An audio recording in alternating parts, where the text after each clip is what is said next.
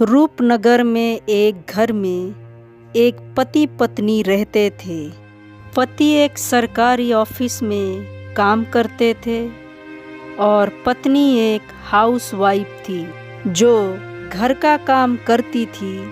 उसकी पति राजू रोज सुबह 9 बजे से ऑफिस जाता था और रात 8 बजे घर को आता था और पूनम घर में अकेली काम करते करते बोर हो जाती थी।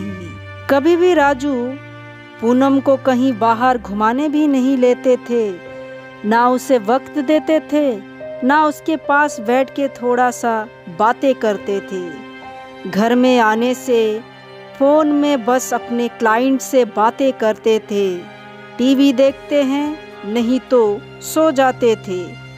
एक दिन उसकी पत्नी उसे बोली, सुनो। हाँ कहो, क्या हुआ? चलो ना, आज सिनेमा देखने जाते हैं। हाँ? क्या सिनेमा? अरे बाप रे, ये नहीं हो पाएगा। ऑफिस का काम कुछ ज्यादा है, मेरे पास टाइम नहीं है बिल्कुल। सॉरी, मैं नहीं ले पाऊंगा तुम्हें। तुम्हें ऐसे बीबी को कहने में शर्म नहीं लगती? हाँ, तुम कभी भी कहीं भी मुझे घुमाने नहीं ले जाते हो, हमेशा काम की बात कहते हो। हमारे घर के पास रामू है ना, अपने बीवी के लिए सब कुछ करता है। उसे सोने का हार दिला दिया, कितनी सुंदर साड़ी खरीद के दी। हाँ, एक दिन छोड़ के एक दिन घुमाने भी ले जाता है और तुम हो के बस काम और काम, बस काम की बात ही करते रहना जिंदगी भर। अरे कहाँ चली? गुस्सा मत हो मेरी सोन परी।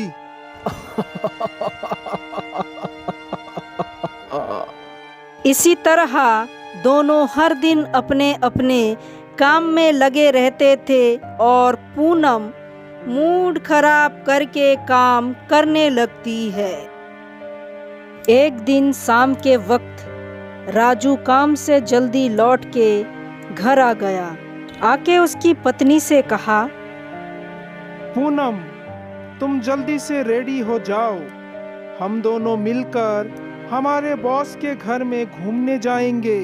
उनके घर में छोटा पार्टी होगा। चलो जल्दी से तैयार हो जाओ, हम मिलके चलते हैं।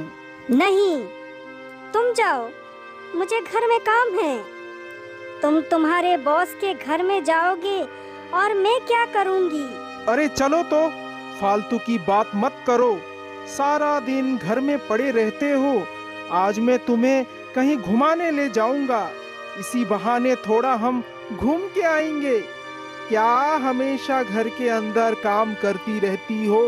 चलो जल्दी तैयार हो जाओ। राजू की बात पर रेडी होकर उसके साथ चली जाती है और जाके उस पार्टी में शामिल हो गई। और राजू अपनी पत्नी को एक पास खड़ा करके वो अपने दोस्त के साथ बातें करने लगा और इधर पूनम बैठे बैठे बोर होती रही और मन में सोचती रही, ये कहाँ चले गए? जब से आई हूँ तभी से अपने दोस्त से ही बातें करते जा रहे हैं। घर में रुकने से भी फोन पर बातें करते रहते हैं। इन्हें मेरी जरा सी भी परवाह नहीं है। इनको बस ऑफिस, दोस्त, फोन, ये सब प्यारा है। मैं क्या इनको अच्छी लगती हूँ क्या? नहीं ना, इसीलिए मुझे वक्त नहीं देते हैं, दूसरे के साथ बातें करने में लगे रहते हैं।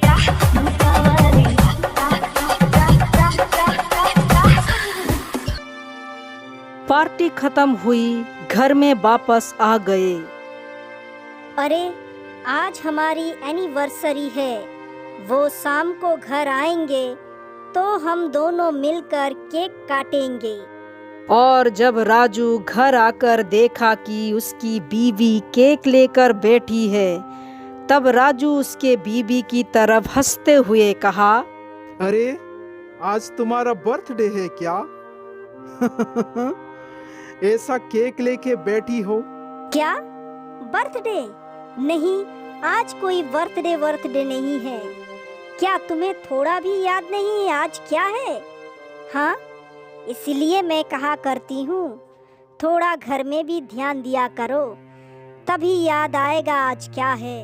नहीं यार, मुझे बिल्कुल भी याद नहीं है। तुम ही बोल दो ना आज क्या है। आज हमारा शादी का सालगिरह है, जो तुम्हें बिल्कुल भी याद नहीं है। ओ तेरी, सॉरी यार सॉरी, मैं पूरा भूल गया। चलो केक काटते हैं। गुस्सा थूक दो मेरी जान, मेरी सोन परी। तुम्हें कभी याद रहेगा भी नहीं। सालगिरह कब है, बर्थडे कब है, कुछ भी याद मत रखो, ठीक है? आ जाओ अभी केक काटने, पागल आदमी। तभी अचानक राजू की फोन बज उठा। अरे, अभी किसका फोन होगा? जरा रुको पूनम। हेलो हेलो, अरे कार्तिक, तुम कैसे हो यार? बहुत दिनों बाद फोन किए। हाँ, हेलो हेलो कार्तिक। हाँ, मैं ठीक हूँ कार्तिक। हेलो, तुम्हें सुनाई नहीं दे रहा है कार्तिक? हेलो, रुको मैं थोड़ा बाहर जाता हूँ, फिर तुम्हें कॉल करूँगा। राजू फोन में बातें करते करते बाहर चले गए और बहुत देर तक पूनम अकेली केक लेकर बैठी थी और राजू रात के 11 बज गए लेकिन अभी तक घर में नहीं आए। और तभी पूनम गुस्से से बोली, छी, इनसे मैं शादी करके मेरी पूरी ही जिंदगी बर्बाद हो गई। इनको हर वक्त दूसरों की पड़ी रहती है, मेरी तो इज्जत ही नहीं करते हैं।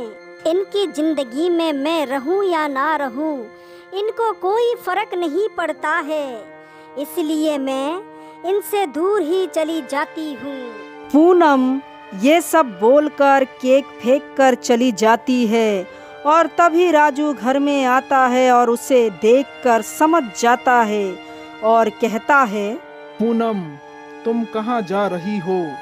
मुझे माफ कर दो, मैं तुम्हें वक्त नहीं दे पा रहा हूँ। मुझे माफ कर दो पूनम।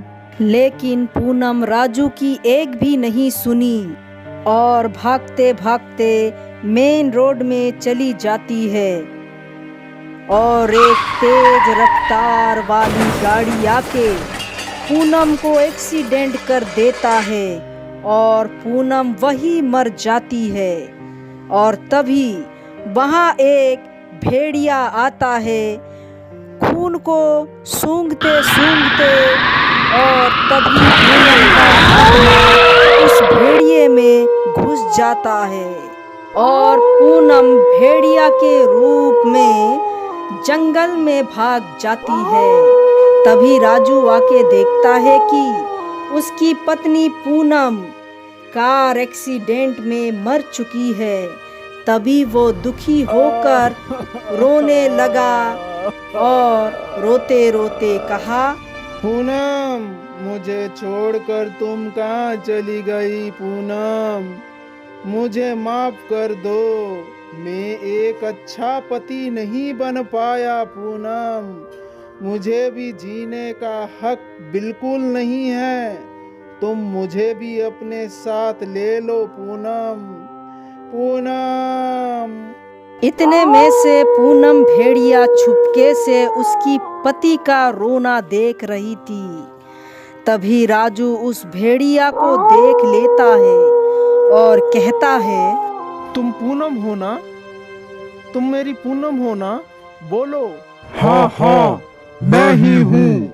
मैं जब मर गई, मेरी आत्मा मेरी शरीर से अलग होकर छटपटाने लगी और ये भेड़िया मुझे दिखी तो मैं इसमें ही घुस गई। तो तुम मुझे भी मार डालो, मैं अकेला यहाँ क्या करूँगा? पूनम। तभी पूनम उसे भी मार डालती है और वो भी राजू भेड़िया बन जाता है और दोनों खुशी से जंगल के ओर भाग जाते हैं। इस वीडियो से हमें यही सीखने को मिलता है कि वक्त रहते इंसान की कदर किया करो। क्या पता वक्त कब बदल जाए और आप अकेले रह जाओ। दोस्तों, अगर ये छोटी सी कहानी आप लोगों को अच्छा लगे तो लाइक, सब्सक्राइब, शेयर और बेल आइकन दबाना ना भूलें। Thank you.